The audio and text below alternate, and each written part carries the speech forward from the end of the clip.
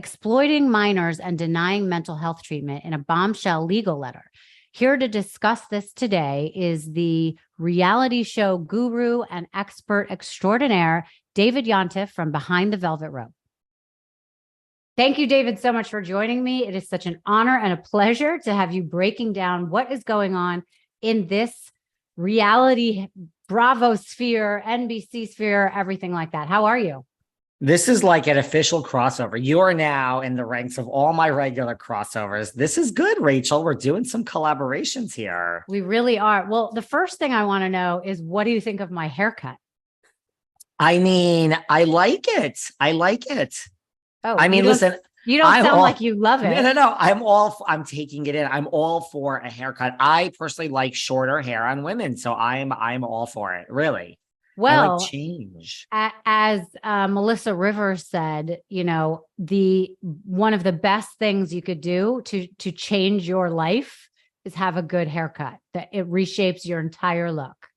I agree. And you know what? I don't understand. Why is it when you go to the same person for a haircut, it's like good, bad, good, bad. Like if it's always good, why can't it always be good? It's not. They screw up sometimes. Really, I know, it's like luck of the draw. Anyway, so let's get to why we're here. Can you break down what is going on and what these papers mean that were filed by Mark Garagos? I mean, Bethenny Frankel is, you know, listen, she says she was going to, you know, call for this potential strike because of SAG-AFTRA. And you're like, all right, listen, if anyone could do it, Bethenny could, right? I mean, she led the Be Strong movement. She's flying planes to Puerto Rico and delivering relief supplies, but you don't really like, is this going to go anywhere? Then when she says, you know, I have like Mark Garagos and Brian Friedman involved, I'm like, okay, well, this is not just going away. Brian Friedman has even said this is war. So this is going to be an interesting one, Rachel, to see how this all plays out. But why is she doing this? Because everyone thought she was a Bravo darling. She's done so well with her career and her life since her show. She obviously did well on the show. She led the charge. She was like, you know, she led the charge in terms of Housewives and how they can turn that into a lucrative business. So why do you think she is now turning on them? Well, a couple of things. I mean, honestly, a couple of things. I think that first of all, it's like, look, when she says that she's been given the opportunity to be invited back to the network many times, that is true. She could have been part of the girls' trip for New York and she could have been back on Housewives. So she clearly doesn't want to give up the control and go back. And like, if anyone's really following her that closely, you know, with all these different incarnations of her podcast, she really has been doing these TikToks and lately, even before this, exposing like, let me tell you how I kind of have the same style on my podcast of like, let's cut through the bullshit. This is how this bullshit really works. Now, for everything I know, Bethenny knows 10 times more. I mean, she was on the damn show for that long. So she's really been going down this road of like, let me tell you how this really works. And it's not all rosy. So she's been saying these things quietly, like on her own platform for, you know, the last few months. So I do believe she really, look, it's all about Bethenny as well. So like, she doesn't need the money.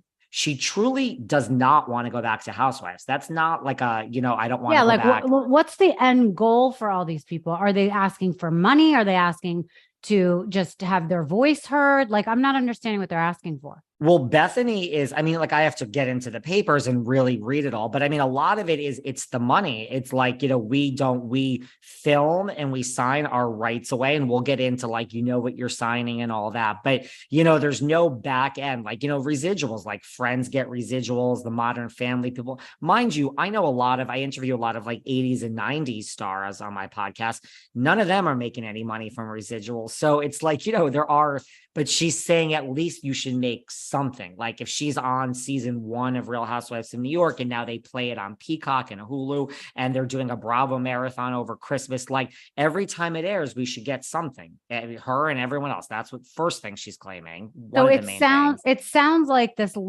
potential lawsuit is just asking for things to change later, like starting now, but it doesn't sound like it's asking for retroactive payment. Or do you think people will be asking for a settlement from Bravo and all the other networks? I believe, and because she keeps doing these TikToks, that I think it's going forward a lot. I don't know if they're asking for anything in back pay, but I think she's asking like immediately that these things change. That's one of them. I know she's also asking for the Bethenny clause to be stricken. She signed that initial contract for $7,250. She said the number a million times, and she struck this clause that said, I will not give you a potential, a percentage of any business that I get off the show. Ever since she sold Skinny Girl, I don't know if it was really 120 million.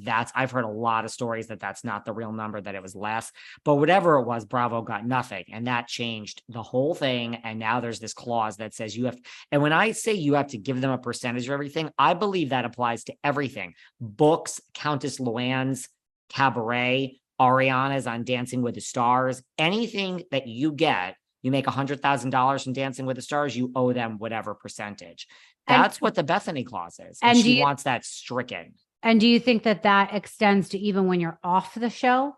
So like after these people are no longer on the show and they're still getting book deals or alcohol deals or whatever it is, does that go beyond their time on the show? I think my understanding is if the product started when you were on the show, I don't know if the product started. We have, the more questions you ask me, the more questions I realize I actually have. That's a good point. I don't know.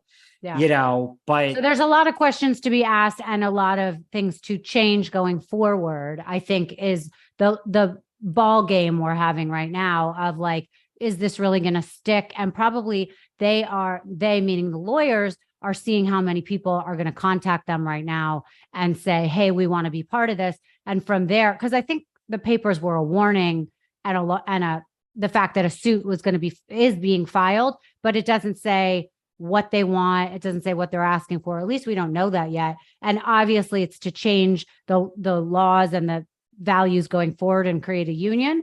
But as of what these people and why they want to jump on the bandwagon now, is it because they think they're going to get something out of it now and some sort of payment for the abuse that they've gone through or whatever they're claiming, right?